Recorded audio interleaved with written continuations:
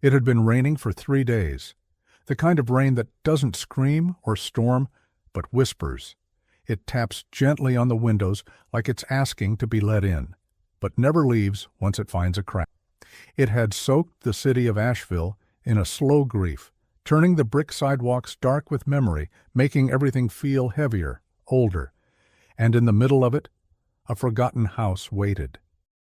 The Donnelly house sat at the end of Chestnut Avenue, behind iron gates rusted at the hinges and half hidden by ivy.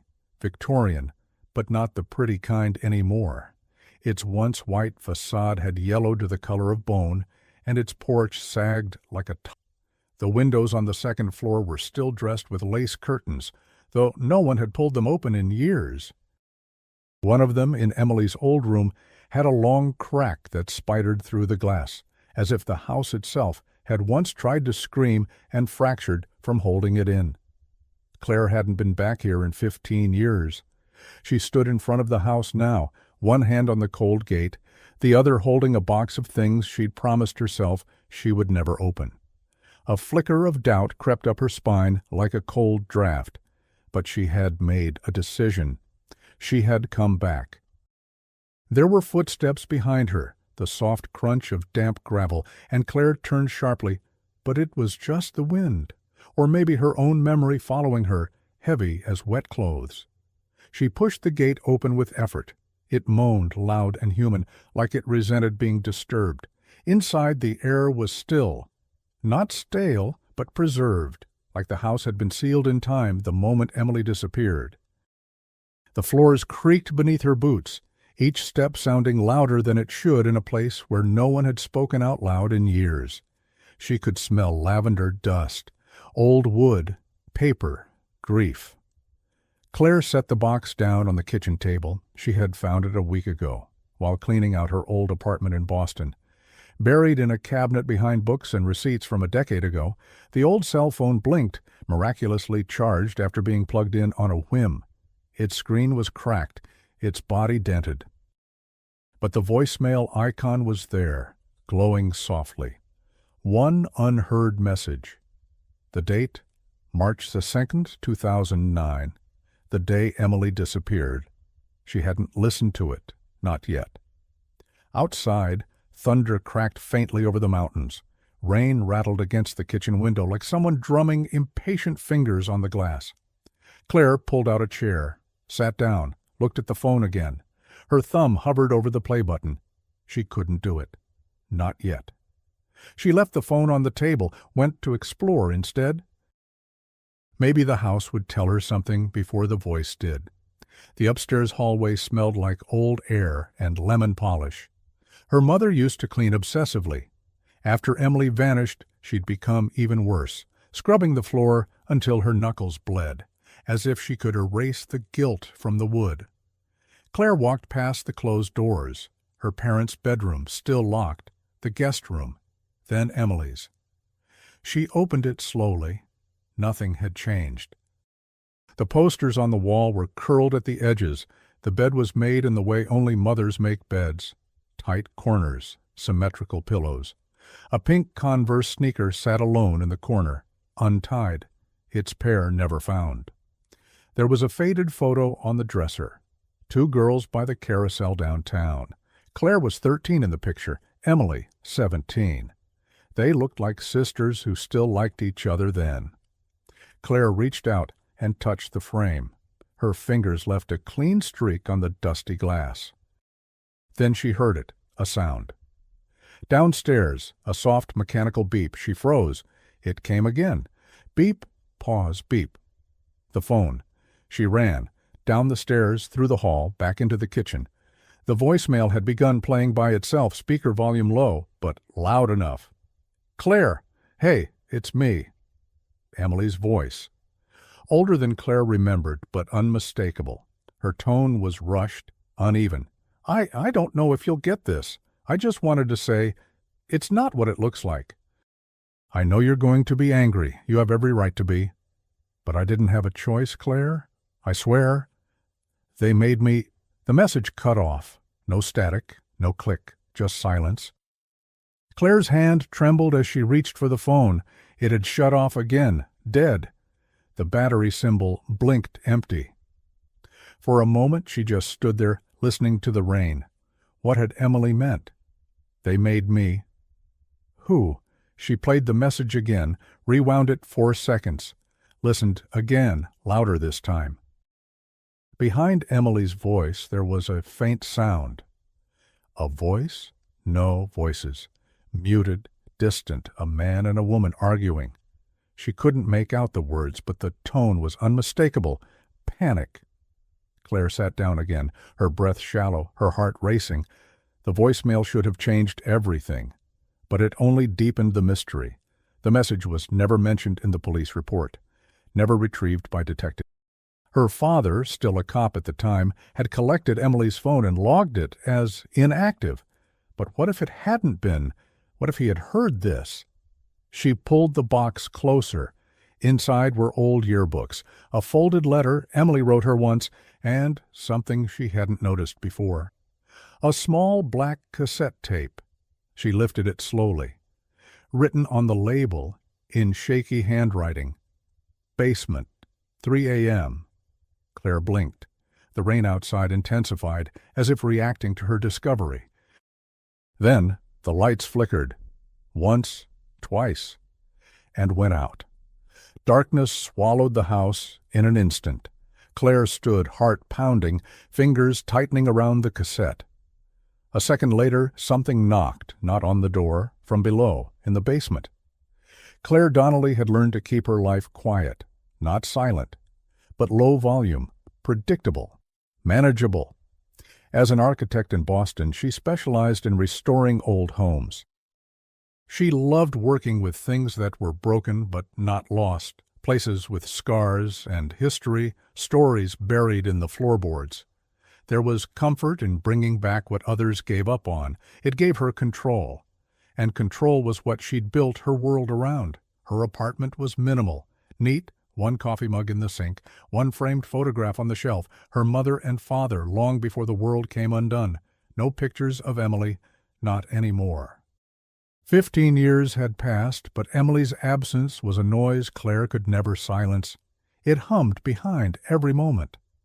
At restaurants, when someone ordered a soda Emily used to love. At department stores, when a woman walked past wearing her sister's favorite scent. At night, when dreams played out alternate timelines. What if she'd gone after her? Back then, Claire was 21, a college student at RISD, full of ambition, caffeine, and unresolved sibling resentment. Emily had always been the bright one, the loud one, the complicated one. Claire, the shadow that cleaned up after the storm. When Emily vanished, it was Claire who was left to pick up the pieces, and Claire, who never stopped wondering whether she had missed a sign. She hadn't spoken to her parents in nearly 2 years. Her father, Jack, had gone silent after retirement. A former police officer, he was once respected in Asheville for his discipline and instinct. But after Emily disappeared, something in him hardened. He buried himself in routine, alcohol, and a kind of emotional frost that made everyone around him uncomfortable. Her mother, Lena, had been warm once, gentle, even fragile. But that vanished too.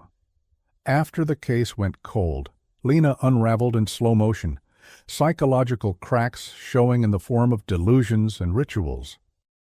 She left sticky notes on every cabinet, prayed to the same candle every night, locked herself in her room for hours, whispering to herself. Claire tried to help, 4 years. But help was never enough when the hole in your heart was shaped like your child. When Claire left Asheville at 23, she promised herself never to return. But now she was here, because of a voicemail that should not have existed, because of a cassette tape that came from nowhere. Because something inside her whispered, "This time, don't run." She sat now in her childhood bedroom, the one she moved into after Emily vanished. The wallpaper still had faint outlines where posters used to hang. Her old desk was covered in dust. A single drawer held what she'd left behind. A faded journal, an expired student ID, and a birthday card from Emily. Happy 14th, nerd, the card said, scribbled in messy handwriting. Don't grow up too fast. I want someone to boss around for a while longer. Claire ran her fingers over the ink. She hadn't cried yet. Downstairs, she could hear the fridge humming back to life. The power had returned, but the tape still sat in her hand, cold and unreadable. She didn't own a cassette player, not anymore, but the library might. The thought of going out again, seeing people, explaining herself, made her chest tighten. But she had no choice. 2 hours later, Claire stood under the harsh lights of the Buncombe County Public Library, holding the cassette in one hand, her driver's license in the other. The woman at the front desk, middle-aged, pleasant Southern, glanced at her, then at the tape. "Haven't seen one of these in a while," she said. "What's on it?" Claire forced a smile. "Just some old audio from college. Trying to recover a project." The woman nodded. "Booth 3, back left. You'll need to rewind it manually." Claire walked slowly toward the soundproof listening booths. It smelled like lemon cleaner and paper and old stories. Booth 3 had a working cassette deck. She slipped the tape in with shaking fingers, pressed play, static. Then, nothing. Then, the sound of footsteps, wood creaking, a door opening, someone breathing, fast. A girl's voice, Emily's. "I think he's still downstairs," she whispered. "I locked the door, but—" A loud bang. Emily gasped, then silence. Then a second voice. Male. Calm. Familiar. "You shouldn't have come back." Then Claire stopped the tape. She stared at the player, heart pounding. Her hands were slick with sweat. The voice. The man's voice. It sounded like... But it couldn't be. No, she must be wrong. She played it again. This time, she heard something she hadn't noticed before, right after the bang, as Emily gasped. A sound in the background, like a bell, not a ringing phone, a chime, a real bell. Claire's eyes widened. The carousel. Downtown Asheville had a vintage carousel in Pack Square Park, restored in the 90s. Emily loved it as a kid. They used to go every summer. It had real brass bells that chimed as it turned, faint, sweet, unmistakable. Claire left the library without checking the tape back in. Her mind was racing. Why would Emily be near the carousel at 3 a.m.? Who was the man? What did "you shouldn't have come back" mean? She had to go there, even if it was nothing, even if it was dangerous. She parked 2 blocks away, near a cafe they used to go to as kids. The streets were empty, damp with the morning rain. The carousel was locked behind a black iron fence. Lights off, horses frozen mid-gallop like forgotten ghosts. Claire walked the perimeter. No sign of forced entry, no cameras. She was about to turn away when something caught her eye. Near the control booth, half buried in mulch and wet leaves, was a plastic object, a keychain, faded, pink. The kind that lights up when you press it. Claire picked it up. It flickered to life. A tiny bulb glowed inside a clear plastic star. She blinked. She remembered this. Emily used to keep it on her backpack. Claire's hand closed around it. She didn't know how it had gotten here, but she knew one thing now. Emily had been here that night, and someone else had too, someone who didn't want her to come back. Claire didn't sleep that night. She laid on the old mattress in her room with the keychain on the nightstand beside her, blinking faintly, like a heartbeat. She watched it glow and fade, again and again, unable to close her eyes.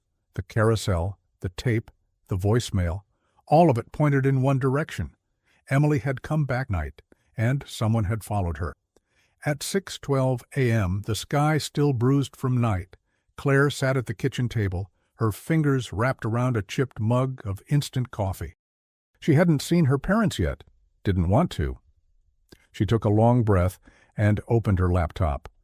There was one place she hadn't looked in years, the official police report.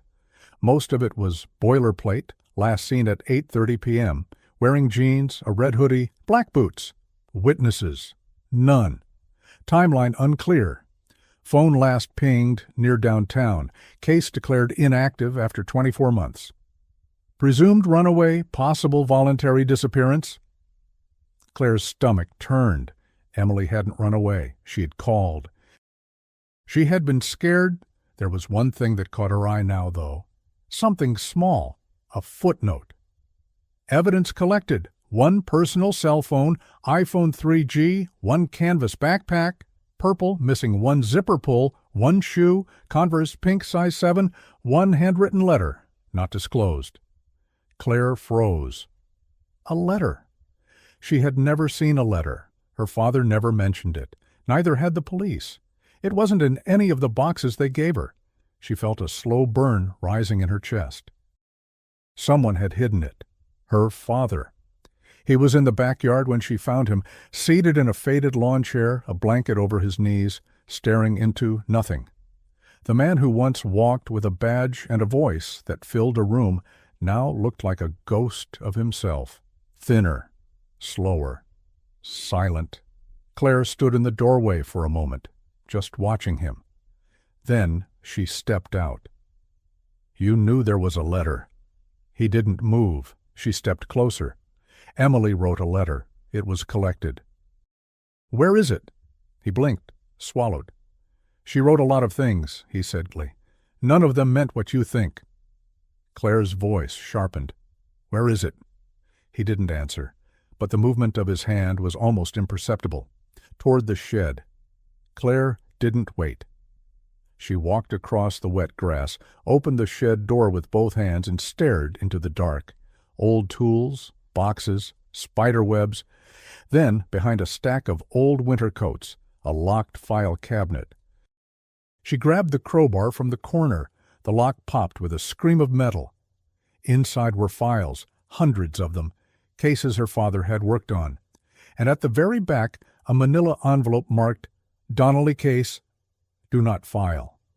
Claire took it with shaking fingers. Inside, just 1 sheet of paper. It wasn't long, maybe 8 lines. She read it once, then again. Each word hit like a stone. Claire, if you're reading this, then something went wrong. I didn't leave because of you. Or Mom. Or the fights. I left because I saw something I wasn't supposed to. I thought I could run, but now I know I have to stay. If anything happens to me, look for the man with the horseshoe ring. He'll never let me go. I love you. Claire sank to the floor. Her breath was gone. Her hands trembled. The man with the horseshoe ring. She didn't recognize the name or the symbol, but Emily had seen something dangerous. Her father stood in the shed doorway. I kept it from you, he said, because I knew you'd go looking. Claire turned to him slowly. And you didn't? Ed, I was told not to. By who? He looked away. You wouldn't believe me. Claire stood. I believe her?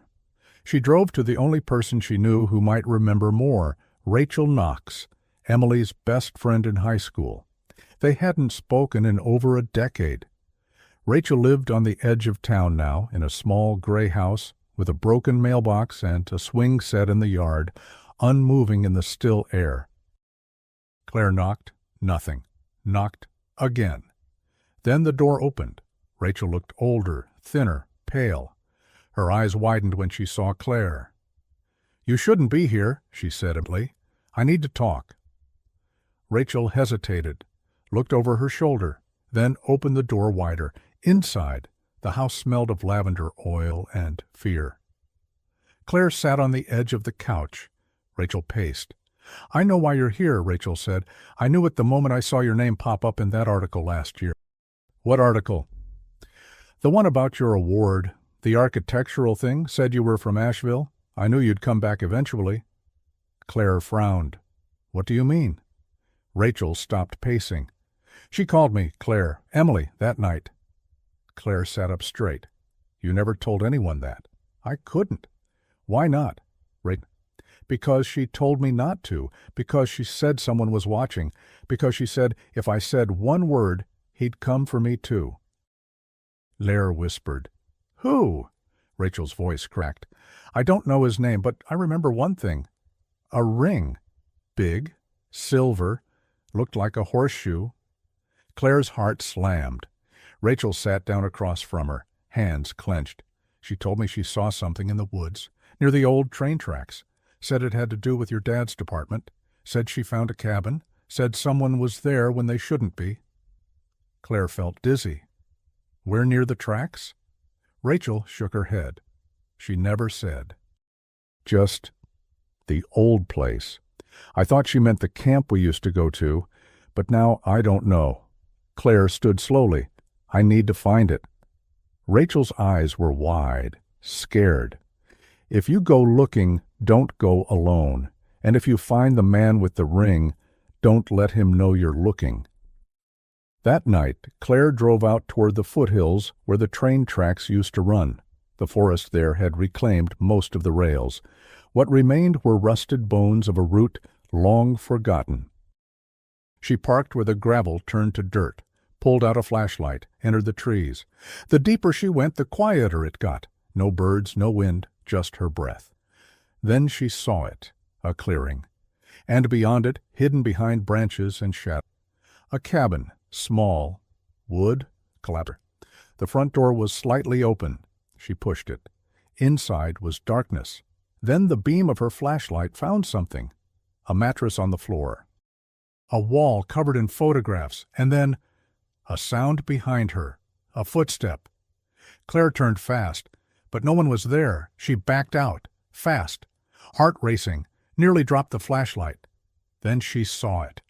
On a hook near the door, a ring, large, silver, shaped like a horseshoe, and under it, a photo of her.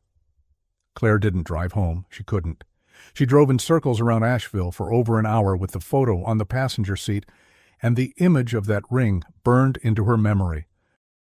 A photo of herself, tacked to a wall in a rotting cabin. Her fingers trembled on the steering wheel. There was no denying it any more. Someone had been watching her, maybe for years. And if that cabin was still being used, then someone knew she had been there. At a red light, Claire finally pulled over and parked near a diner that used to serve the best peach pie in town. She hadn't eaten since the day before, but food was the last thing on her mind. She walked to the trunk and opened it, staring down at her father's case files, the ones she'd taken from the shed before anyone noticed. She opened one marked Internal Affairs, Closed. Inside were documents, heavily redacted, some barely readable, but one line stood out. Complaint filed by E. Donnelly against Officer Paul Griggs. Alleged misconduct, surveillance, and coercion. Case closed. Insufficient evidence. Claire's blood ran cold. Paul Griggs. He was one of her father's oldest friends. He used to come over for dinner. He brought Emily a leather bracelet once when she was 16, said it was a gift from someone with good taste. Claire had forgotten about that until now. She dug deeper, found his current address, still in Asheville, hired, no disciplinary record. But why would Emily file a complaint, and why was the case closed before her disappearance? Claire made the decision without thinking. She drove there. The house was small, clean. A green mailbox out front. A wind chime over the porch that jingled softly in the breeze. She rang the bell and stepped back. No answer. She tried again. A curtain twitched. Then the door opened. Griggs looked older, heavier, but his eyes were sharp, calculating. "Well, look who it is," he said. "Claire Donnelly." She stayed still. "I need to ask you something." He leaned against the doorframe. "It's been 15 years. I know what Emily did," she said. "She filed a complaint. You harassed her." Griggs didn't flinch. "You should go." She said she saw something. She was scared. He exhaled slowly, looked down the street, then back at her. "You don't know what you're doing." Claire stepped closer. "Then tell me." He stared at her for a long moment. Something shifted in his face. Too smart. She stuck her nose where it didn't belong. "I told Jack, your father, to keep her quiet." But Emily didn't listen. "Thought she was a hero." Claire's voice cracked. "Did you hurt her?" "No," he said. "But someone else did." Before she could ask more, he closed the door. Claire stood there shaking. Someone else. She went back to the cabin, this time in daylight. She parked deeper in the woods, walked fast, eyes on every branch, every sound. But the cabin was just as she'd left it, empty, silent, waiting. She took photos of the wall, the photos, the ring. Then she noticed something new. A small, scorched notebook hidden under the mattress. She opened it. Most of the pages were unreadable, burned, torn. But one survived. It read, "March 1st, heard the bell again. He said she's back. He doesn't know I'm watching. I found the envelope. The one she buried, it's real. They'll deny it, but it's all here. If this ends me, tell her I'm sorry." Claire stared at the page. It's real. She took the notebook and ran. Later that day, Claire met with Detective Hannah Ruiz. Young, direct, with eyes that missed nothing. She had heard about the Donnelly case, but only in fragments. Claire laid everything out on the table, the voicemail, the tape, the cabin, the notebook, the photo, the letter. Ruiz listened silently. Then she said, "We need to exhume the case, reopen it." Claire nodded. "But we need one more thing," Ruiz added. "If there's an envelope, we need to find it." Claire had no idea where Emily would have hidden something like that. She drove to the only place that still smelled like their childhood, the attic, old boxes, books, Christmas lights. She sat there for hours, remembering. Then she saw it. A floorboard, slightly off. She pried it loose. Beneath it, wrapped in plastic and bound with twine, an envelope. Inside were photocopies, old photos, a police ledger, one document stamped, "For internal use only." Another with an address, the train yard. Claire's pulse jumped. She took the documents to Ruiz.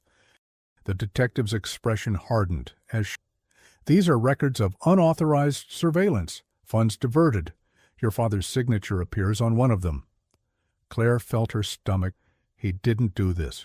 He may not have, but someone used his name, someone covered tracks, and Emily found out. The next morning, Claire's mother collapsed in the... She was rushed to the hospital, stroke, disoriented. Claire sat by her bedside. Hours passed. Then, just as she was about to leave, her mother opened her eyes. "Did you find her?" she whispered. Claire froze. "What?"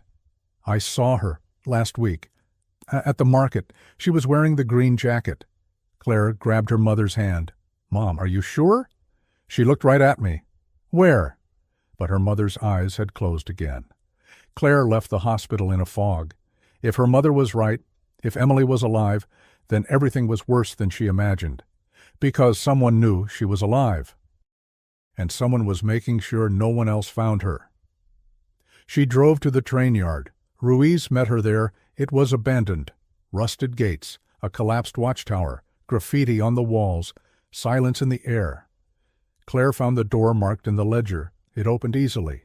Inside, a filing cabinet, locked. Ruiz broke it open. Inside, dozens of tapes, all labeled by date. One marked March 1st, Emily D. They played it on Ruiz's portable recorder, static. Then, subject in sight, female, teen, wearing red. Confirmed visual. Pause. She entered the station, alone, met with subject 2. Another voice. Proceeding with silence protocol. Then, don't let her leave. Claire's vision blurred. They had been following her. Emily had known. She tried to escape. They silenced her. And maybe now they would come for Claire too. But there was one voice she hadn't heard yet. Her father's. She needed answers. Tonight. Claire drove back to the house with her hands locked on the wheel and her thoughts racing like a fire she couldn't put out. She was done piecing together fragments. It was time for answers. Her father was in the living room, asleep in his recliner, the television flashing scenes from a war documentary he wasn't really watching. Claire turned it off and sat across from him in the dark. "I know about the tapes," she said. He stirred but didn't open his eyes. I know Emily filed a complaint. I know you were told to stand down. I know you didn't. Jack Donnelly opened his eyes slowly. His face was hollow in the dim light. You don't understand, he said quietly. Then explain it, she snapped. Explain why my sister is listed on a surveillance log, why she said you knew, why you kept the letter. He didn't look away. Because I thought I was protecting her. Claire stared at him. She was 17, Dad. She called me. She said someone made her do something. She left a tape. A letter. Everything points to her trying to tell us the truth. And you buried it. He sighed and sat forward, shoulders heavy. I didn't know everything, not at first. But when Emily got involved, when she started sneaking around the department, asking questions she shouldn't, I knew she was going to get hurt. Claire's voice cracked. She did get hurt. Her father looked her in the eyes. No, Claire, she didn't get hurt. She got away. Everything inside her froze. What? He nodded. She ran. Claire shook her head. No, she disappeared. Her phone pinged downtown, and then I helped her, he said. That night, I picked her up at the carousel and drove her to a contact out west, someone I trusted. I thought it would buy her time. She wasn't safe, he continued. Not with what she knew, not with what she found. I told her to wait, that I'd clean things up here. But the deeper I looked, the more I realized there was no fixing it. You lied to me, to Mom, for 15 years. She begged me, he said. She said if you knew, you'd come after her, that it would never end. Good. Where is she? I don't know anymore. I think she changed identities again. I thought about looking for her, but every time I'd found another dead end, I turned away, heart racing. So she's alive, Ed, and I've been mourning a ghost. Claire walked to the window. Outside the sun was beginning to set, painting the sky in red and orange. She stared at it without realizing. And then her phone rang. Unknown number. She hesitated. Answered. Claire? Her knees almost buckled. That voice, it was her. Emily? Pause. A breath. I saw your name in the news, Emily said. The Architecture Award. I knew you'd come back. I'm sorry. Claire sat slowly, unable to speak. I didn't want this, Emily continued, but someone's watching you now. You were at the cabin. They saw. Claire whispered. Where are you? I can't say. Not yet. You don't have to hide anymore. I found the letter, the tapes, everything. There was silence on the other end. Then Emily spoke again. It's bigger than you think, Claire, and it's not over. The line went dead. Claire stared at the phone in her hand. Then it rang again. Same number. She answered, but it wasn't Emily. It was a man. Low voice. You should have stayed away. The line went silent. Claire's hands trembled. She called Ruiz, told her everything. They met that night in secret in a church parking lot downtown. Ruiz brought backup. This proves she's alive, Ruiz said, but it also proves someone else is still trying to cover their tracks. Claire nodded. Ruiz continued, That photo in the cabin, that wasn't just surveillance, that was a threat. Claire looked down. There's more. She pulled out the scorched notebook again. The word envelope. I think she left more. They made a plan. Check every property Emily had access to, every locker, every storage unit. And then Claire remembered something. When they were kids, Emily used to stash things behind the carousel, a hollow post near the control box. They used to call it the treasure spot. They went back there the next morning. Inside the hollow post, behind a rusted panel, a flash drive, inside PDFs. A video file. They played it in Ruiz's car. The video was grainy. Emily's face appeared younger, scared. If you're seeing this, she said, then I didn't make it out, or I did, and I want this to be known anyway. She held up a document to the camera. This is a list of names, officers, business owners, lawyers, all tied to the surveillance network. They're tracking people, teens, minorities, activists, for preventive security. It's illegal, and it runs deep. She looked into the lens.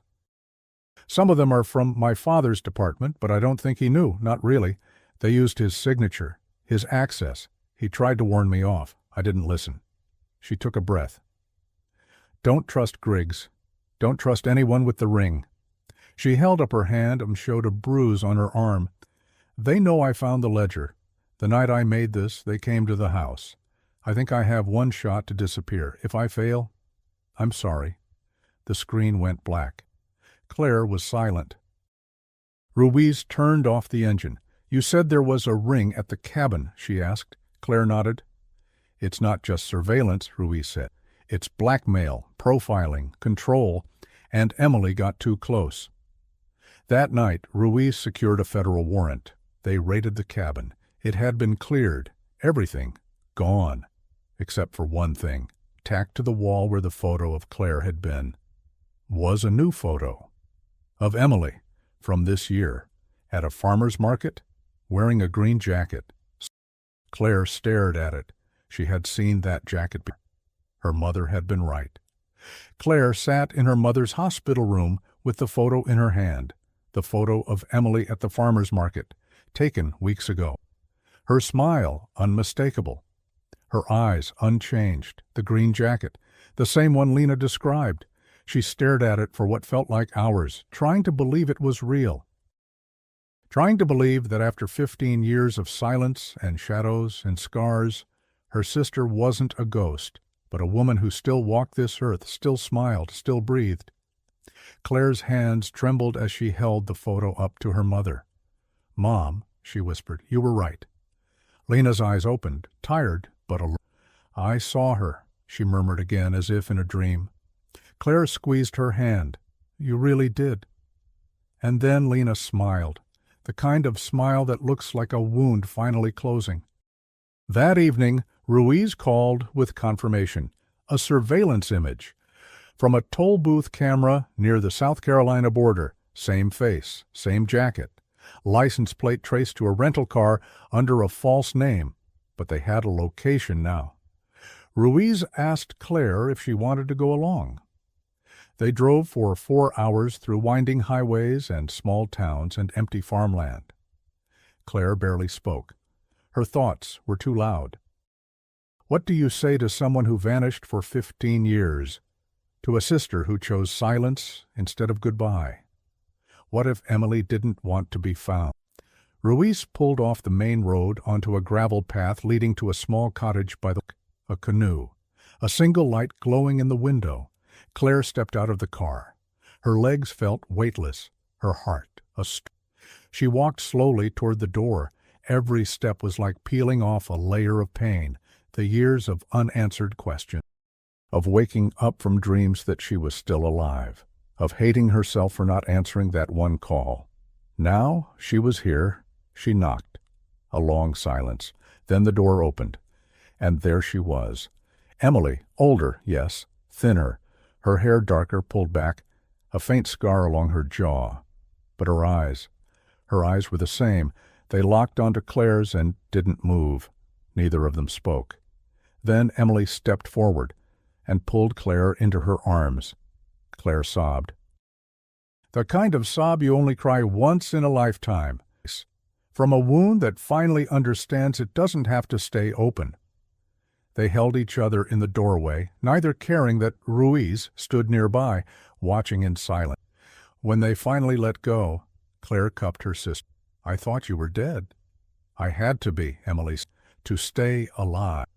Inside the cottage, everything was quiet, simple. A table, a chair, books stacked on the floor. A photo of Claire and Emily as kids on the fridge. Emily poured tea with shaking hands. Claire looked at her. "Why now?" Emily took a breath. "Because I saw your name in the paper, and I missed you, and I knew you'd find me if I didn't run again." Claire swallowed. "You should have called." "I couldn't, not for a long time. I was being watched. I changed identities twice. I lived in shelters, moved city to city. I thought they'd eventually stop looking." "And did they?" Emily looked away. "Some did, but I don't think Griggs ever did, or the ones behind him." Claire's voice cracked. We found the tapes, the cabin, the photos, the flash drive. Emily nodded. I needed to leave a trail. You left one for me, Emily. Always. Claire leaned in. What happened that night, Em? What really happened? Emily's voice was soft. I found out they were watching kids, recording them, interrogating them without cause. The list I found, it had our neighbors on it, friends, kids from school. I thought if I exposed it, they'd stop. But I was naive. Claire held her sister's hand. You weren't naive. You were brave. I was scared. I still am. Claire wiped her own tears. You don't have to be anymore. Ruiz is with me. She believes everything. She's seen the proof. Emily looked at her. There's one more thing. She stood and walked to a drawer, pulled out a box. Inside was a necklace. A silver chain with a small key. Emily handed it to her. That unlocks a storage unit in Atlanta. It has the original ledger, names, dates, even video footage. If anything happens to me, you have to release it. Claire nodded. We'll go together. Emily didn't respond right away. I'm tired, Claire. I'm tired of running. Then stop. They looked at each other in silence. Then Emily whispered, I missed your voice. Claire smiled. I missed everything. Back in Asheville, Ruiz made arrangements, witness protection, testimony scheduling, media blackout. Claire stayed with Emily every day. They cooked, laughed, played music, talked about nothing. Until one night Emily asked, Do you hate me? Claire blinked. For what? For not calling, for disappearing. Claire reached for her hand. No, I hate what they did to us. I hate the silence. But I don't hate you. Emily looked down. I thought about calling you on your graduation day. I had a phone. I remember your number. I stared at the screen for an hour. Claire wiped a tear. I would have picked up. I know, Emily whispered. That's why I didn't. On the final night before the testimony, Claire couldn't sleep. She walked out to the porch barefoot, holding a cup of tea. The stars were out, the air warm. Emily joined her moments later. They sat in silence. Then Claire said, You remember the carousel? Emily smiled. How could I not? You left me a message. Right before everything. I did, Claire nodded. It was on my old phone. I didn't hear it until a month ago. What did I say? Claire looked at her sister. You said, It's not what it looks like. Emily nodded slowly. It never was. Claire leaned her head on Emily's shoulder, and for the first time in 15 years, they watched the sunrise together. It rained again in Asheville, soft, relentless, the kind that doesn't flood but seeps into the bricks, the trees, the skin. The same kind of rain that fell the week Claire came back. She stood now by the carousel, under an umbrella, watching the empty horses turn slowly. They'd restored it, added lights, fresh paint, music again. A new generation of children would play where she and Emily once stood. Her breath fogged the air. Her hands were warm around a paper cup of coffee. Emily was gone again, but this time by choice, not by fear. 2 days ago, Ruiz arranged everything: protective custody, a new name, and, in time, full immunity in exchange for testimony. The documents Emily had kept, the final proof, had been sent to the DOJ. Arrests were already happening. Names that once ruled with silence were now echoing in headlines. Justice didn't come loud, but it came. And Claire had stayed. Someone needed to tell the truth from the inside. Ruiz offered her a job, not in law enforcement, but in community architecture, restoring spaces used by the public, places meant to belong to everyone, and she accepted. Because for the first time, Claire wasn't rebuilding broken houses for strangers. She was building a future for herself. 1 week later, Claire returned to the attic of the Donnelly house. She didn't need answers anymore, but she needed closure. There, behind the loose floorboard, she placed the cassette tape back where it was found, wrapped it carefully, sealed it, then added a photo. 2 sisters on a carousel, laughing. before the silence, before the storm. She whispered, "Thank you," and closed the floor. That night, Claire made one final call to her father. They hadn't spoken since the day she confronted him. He answered on the third ring. "Claire, I don't forgive you." Steady. "I know," he replied, "but I wanted you to hear it from me," she continued. "She's safe. You don't have to lie any more." A long silence. Brokenly, "I'm proud of you." She didn't cry. She didn't respond. She just ended the call. And that was enough. Somewhere, hundreds of miles away, a woman named Emily sat in a safe house reading a letter her sister had mailed. No return address, no signature, just one sentence. "They can't silence us anymore." She smiled, folded the paper, held it close. Outside, the rain fell again, but this time it didn't feel like grief. It felt like something growing. 15 years ago, a voicemail had been ignored. 15 years later, it changed everything. And in the end, it wasn't the sound that mattered most. It was the voice, the one she still carried, the one that refused to be forgotten.